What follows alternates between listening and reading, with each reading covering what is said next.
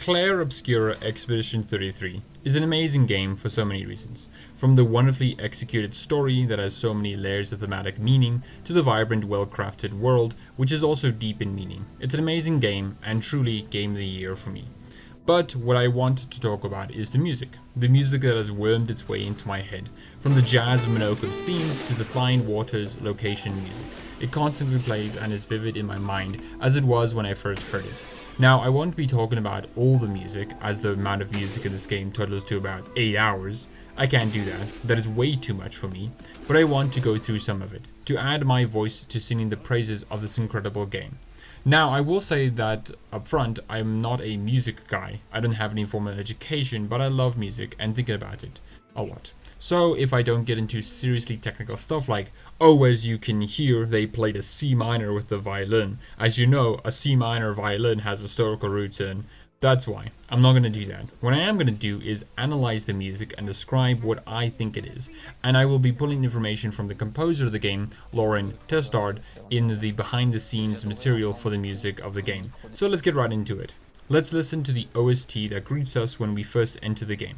I won't say the name of the OST yet because it has some juicy information that will recontextualize it, so I will examine it as a new player going through it and then after it. What I think makes good video game music is, does it execute its intentions well? Basic things like, if the music is meant to be sad, then it is sad. If the music is meant to be adrenaline inducing, then it is so.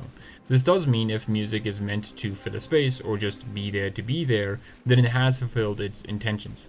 For Clair Obscur Expedition 33, the intention behind its music is to have a lot of deep meaning, as said by Lauren Testard.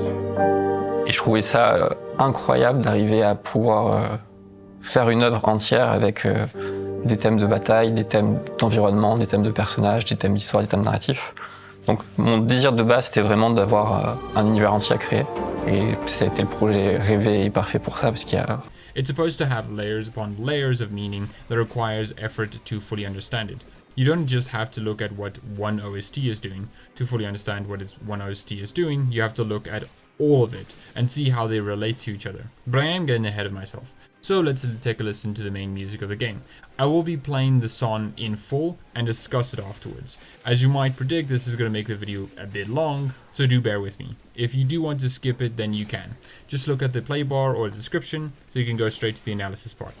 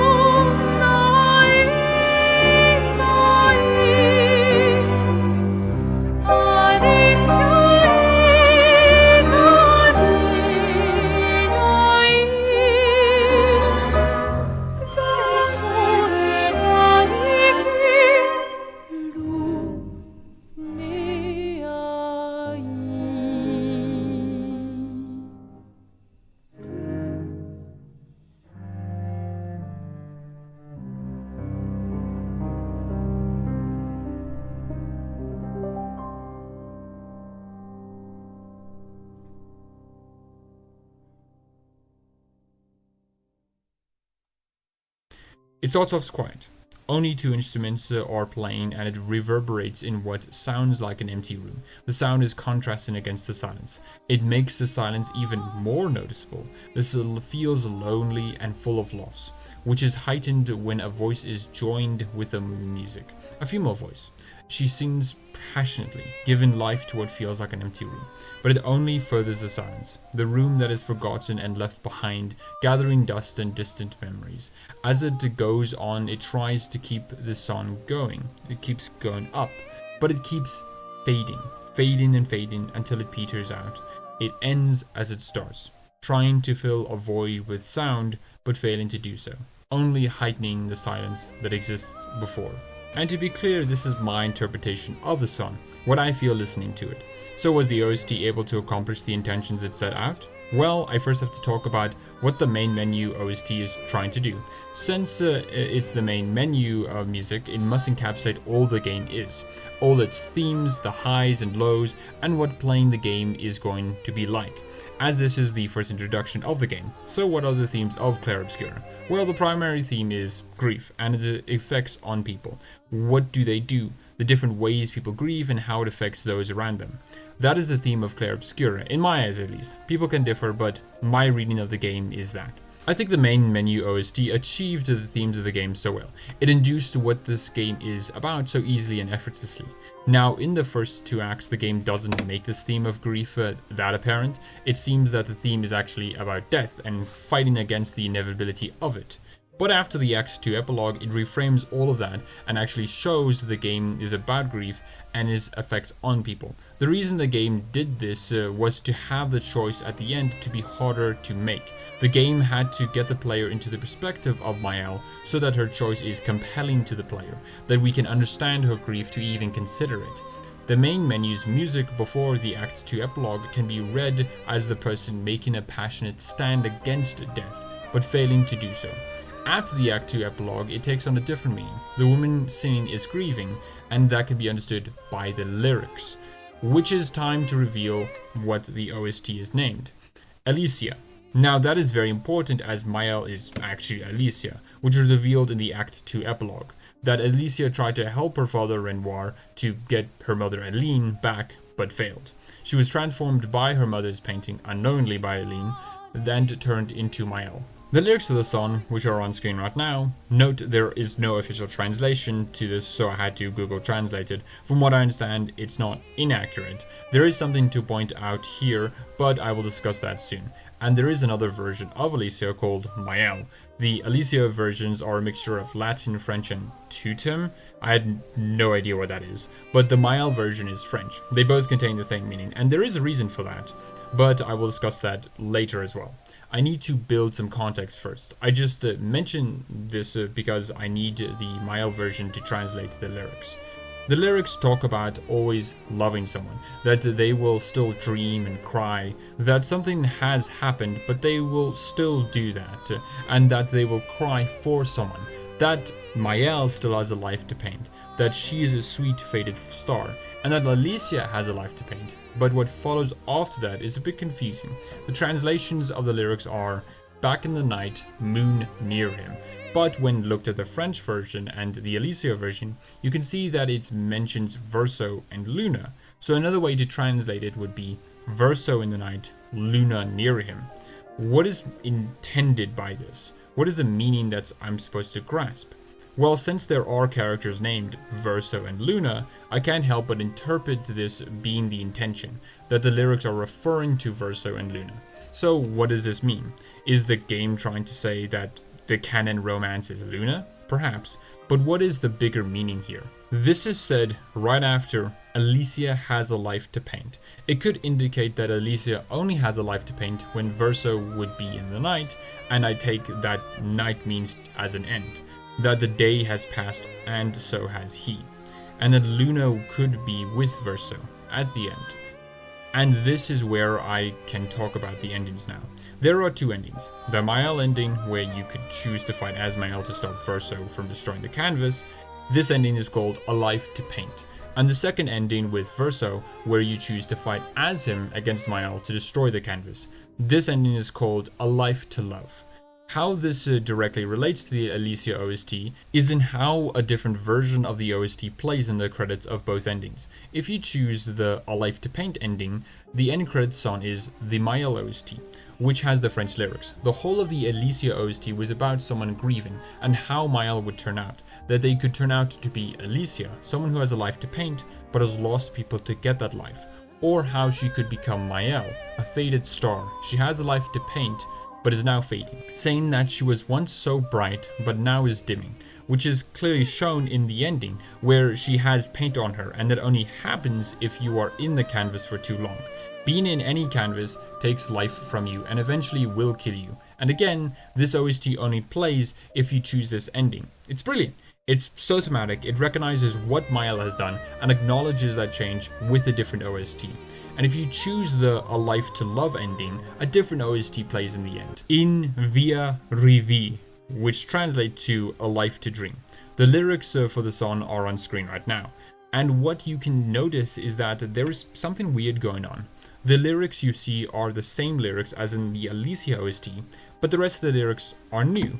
This adds context that the Alicia OST is incomplete, not finished, and is only completed when Maelle chooses to be Alicia. It feels like this is the intended direction of the OST, that it introduces this grief, this struggle Maelle is going through, and if you choose this ending and it finishes what was left off, it adds context the song didn't end prematurely, like it didn't have the strength to go on. It wanted to wait and see what would happen, what path Maelle would take, and if Maelle chose to be Alicia again, it would finish its song.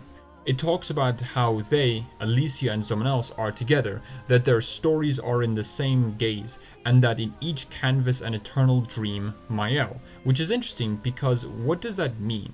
It is followed by, in each star, his voice, Alicia. I think what is being said is that in the canvas there are people like Maelle who wish to be immersed in the world eternally. But there is an Alicia as well, a star, and this repeats to the sweet faded star comments, that an Alicia would be a star, something that shines always. In a canvas there is a Maelle, but it also has to be viewed within context, that a Maelle would be a faded star. This OST references the same lyrics as in the Alicia OST, so it is probably that interpretation. It goes on to say, our tears echo each other, echoing across the worlds. Who is our? Well, I will get to that in a moment. It continues to reference someone else, again, presumably Alicia, that they will dance and dream, and that they will keep doing that. And it talks about leaving the fire behind, and that is referencing what happened to the real Verso. Verso died in a fire that Alicia indirectly caused by getting something from the writers, a group who is similar to the painters who can manipulate chroma, this magical substance that can create fictional worlds. Whoever is talking to Alicia about this must be one of her family members, as the prior lyrics keep referring to her and themselves. But again, I will get to that later. Throughout the game and its soundtrack to even its title, it talks about Clair Obscur. What does that even mean? A direct translation means light, dark, but it also refers to a painting technique that is meant to use contrasting colors to have tonal contrast. What effect this has is making the two colors feel more vibrant and noticeable. In a story, this would be having opposing views, characters, themes, anything else that can add to a story.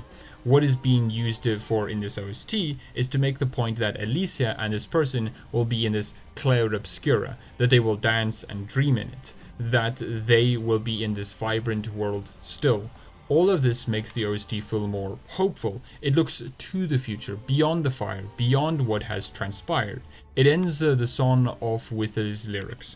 Gardens of flowers on our beds of tears, gently drawn without drama, ballad of color, iridescent hues, in each petal a dream set free. Alicia is now free. She is still in mourning, she still weeps for Verso and what happened, but now she can move on. Drawing without drama, a ballad of color, iridescent hues, in each petal a dream set free. But who is singing? In the OSTs I mentioned and the others. Well, let's take a look at the possibilities. What we hear in the OSTs I mentioned is a female voice, so let's look at the possibilities of who it could be. The only options I can think of is Aline or Claire. As you can tell, I didn't mention CL because she doesn't have any knowledge about who Maelle really is. and wouldn't know about Verso this early on. Of course, the music could be retrospective, as in she is singing about what happened, but I don't think that is the case, because the game doesn't frame the story as already been told, and thus is being retold to an audience. And in one of the endings, CL is dead. Luna or Maelle doesn't make sense either, because the song is talking about them, unless it's doing something where they talk about the self in a third person, but I doubt that. The game never establishes this kind of storytelling method, nor does Luna or Maelle talk about themselves like that. And it couldn't be them for the reason CL isn't either. It could be Aline talking about it, but I doubt it. For one, Aline hasn't really acted positively towards Alicia. Not in a deliberate, I will torture you negative way, but when she painted her family, she chose to keep Alicia's scarring. She could have easily fixed it, but she didn't. What this tells me is that she, on some level, blames Alicia for what happened, and thus wants to keep her scarred as some sort of punishment. So I don't think she would be sinning about how Maelle deserves a life to paint.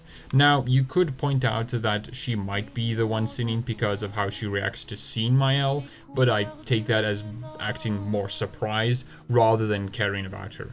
Now, there can be an argument that she is sinning in Un Via Rêver, because the song mentions Alicia and someone else moving past the fires, but I don't think that is likely, and I'll explain that in a moment. Clair doesn't have that much evidence either. In the Act 2 epilogue, she states that she doesn't care about Aline being in the painting. If Aline needs to work out her sorrows in there, then so be it. She can numb herself away. And when the player finishes the Endless Tower, she says to Maelle that she doesn't care if she stays in the canvas or leaves. It means nothing to her. What she does care about is that she needs Renoir to help her against the writers. So I don't think Clair would be singing the lyrics on the path Alicia will take, or that they can both move past the fire. She clearly is dealing with grief in a very different way, and so can't really relate to Alicia. So what? Who is actually singing? Well, I think the person singing is context dependent. What precedes the OST and what comes after it is important on determining who is singing. The lyrics to the OST Aline and In Via Timir paints the singer as Renoir. In Aline, which the lyrics are on the screen right now, again the translation is not the official one, the lyrics of the Aline OST is asking the paintress, Aline, to leave, to get out of the canvas, that the canvas is imprisoning them, that it is false. Who could be speaking about this other than Renoir? Now you can say that it doesn't make sense because Renoir is a dude and there are male singers in the soundtrack. In Via Ria de Mir, there is a male singer, Victor Borba, so how could it be Renoir? Because, you know, he is a dude, I think. Could you change a gender in the canvas? What? Well, that's not important, I think. It can't be Clair either because Clair doesn't care about the canvas, as I said before, so she wouldn't beg Aline to get out of the canvas or call it a cursed place. So it can't be Clair. What about Maelle? Well, Maelle would not call the canvas this cursed painting, this canvas of false life. She wouldn't do that after being in the canvas for so long, nor she would have called it that before entering it. She doesn't believe the canvas is cursed. When she asks about Verso, she knows it's not the real Verso, but she still cares about them. She may not have fully understood what it is, but she wouldn't call it cursed. She only agrees to help Renoir because she wanted Aline back. Also, something I think that goes unnoticed because English doesn't have gendered words is that in the French version, mode is the French word for cursed or wretched and is masculine, a neat little thing that tells us the canvas belongs to a man, in this case, real Verso. So it has to be Renoir. Renoir is the only person who would call the canvas cursed and fake, who would be begging Aline to leave because Renoir just wants his wife back. After losing his son, he just wants to keep his family together. And with In Via Timir OST, lyrics are on screen, it quite clearly shows that Renoir and Aline are talking to each other, back and forth. How Renoir wants her to leave and how Aline wants him to leave. The singer are explicitly Renoir and Aline. So, who the person singing is context dependent. So, who do I think is singing in the Alicia OST? I don't know. An odd answer to come to, but I just don't know. With the Maelle OST, I believe Canvas Verso is singing it, as when he starts to play the piano, it transitions into that OST. That to me confirms he is singing the Maelle OST. It's him saying how Alicia is no longer Alicia. They are now Maelle, and are a sweet, faded star. The best answer I have on who sings the Alicia OST and in the rêver OST is a third-person omniscient character who knows the story already and is simply acting as a narrator figure. Like how in old plays there would be a person who would give background information on what is going on or what the twist would be. Like how in Shakespeare's Romeo and Juliet he just says, "This is a story of tragedy where Romeo and Juliet died." It would make sense why the lyrics spoil the story, because if you understand French, you would basically get the twist already. Maelle and Alicia are connected, and from there, other reveals would be obvious. Viewed as an old play, it makes sense that it would begin with the narrator and end with the narrator. The final closing words on how Maelle became Alicia, and now can move past the fire. The us and our that is being used refers to the audience and Alicia, that we can move past this story, past the fires and smoke, and create new worlds, new dreams to love.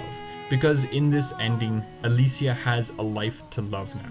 To not only love the people around her, but to find new things to love, to create. My other answer is that the real Verso is singing in the Alicia and the rêver OST.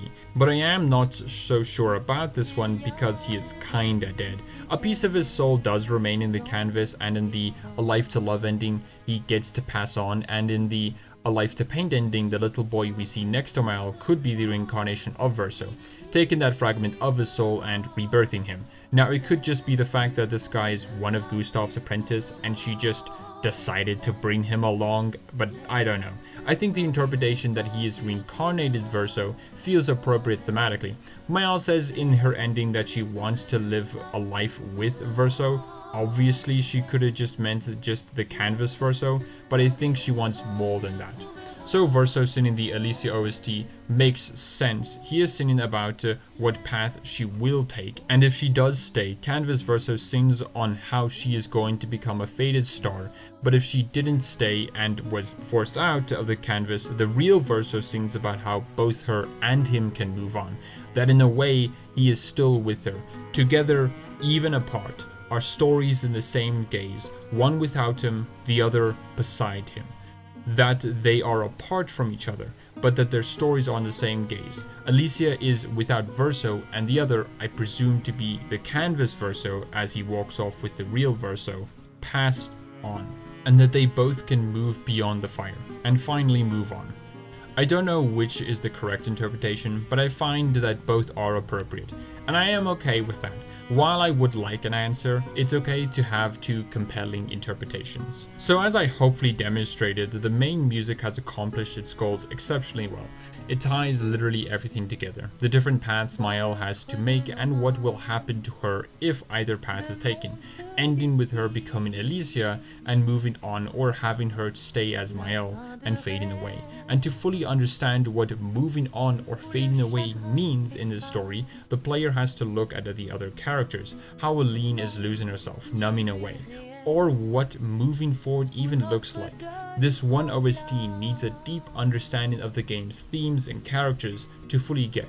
It's understandable at a glance, but it wanted to be more than that, and it did that and more. Now, not every OST in this game is deep in meaning and theme, because it doesn't need to be. Sometimes it's just some really funky jazz music that is meant to bang your head back and forth and feel a sense of style, class, and just feeling real smooth, like you can win big and win often. And that is the heart of why this game's music is so good. Lauren Testard didn't just bang some instruments together and call it a day. In the behind the scenes video for the music, he said that the music was informed by the art he saw, that there wasn't a rule or restrictions to what he can or can't do. L'inspiration vient beaucoup des concepts de Nicolas, où ils sont vraiment très parlants, ils sont magnifiques et ça aide vraiment à se projeter pour imaginer un univers sonore, imaginer des thèmes, imaginer des mélodies sur cet univers-là.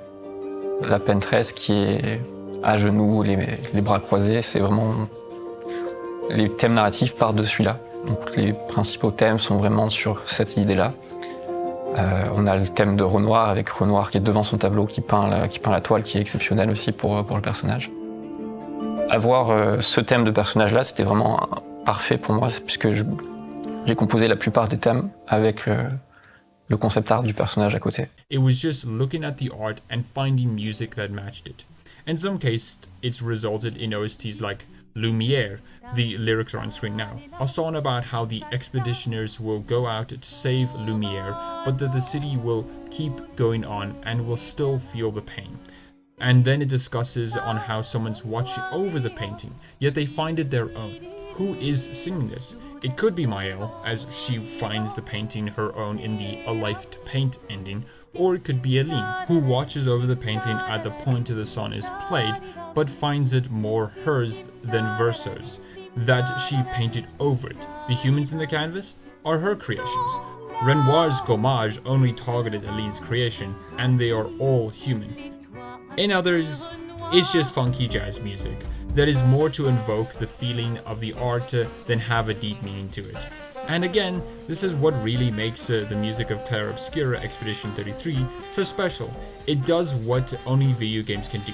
It makes the music a part of everything, instead of an isolated part of the game. It informs what the music will be to enhance the interaction, to make the moment of tense, heartfelt meaning even more so, and the levity just some light-hearted fun. And that is what makes the games so different from other mediums. It's not just a passive medium where you observe it, you are part of it, in a way that no other medium can be. Everything interacts with everything. So give praise to Lauren Testard and the wonderful singer Alicia Dupart-Pissier and the other contributors to the game's music, who without them wouldn't have made this game what it is. And thank you to everyone else who worked on this game, because without them also this game wouldn't have been as nearly as good. So I hope I did my best to demonstrate why this game's music is just phenomenal. I enjoyed my time with the Clair Obscur Expedition 33, and I will continue to enjoy it on new playthroughs. I hope you got something out of this. If you liked this video, perhaps consider liking. If you disliked this video, there's a button for that. If you really liked the video, perhaps consider subscribing. And comment down below on what you think of the game itself and its music. I am astonished on how quickly this game has entered my top 10 of favorite games of all time, and it's just wonderful to have it. Thank you for watching.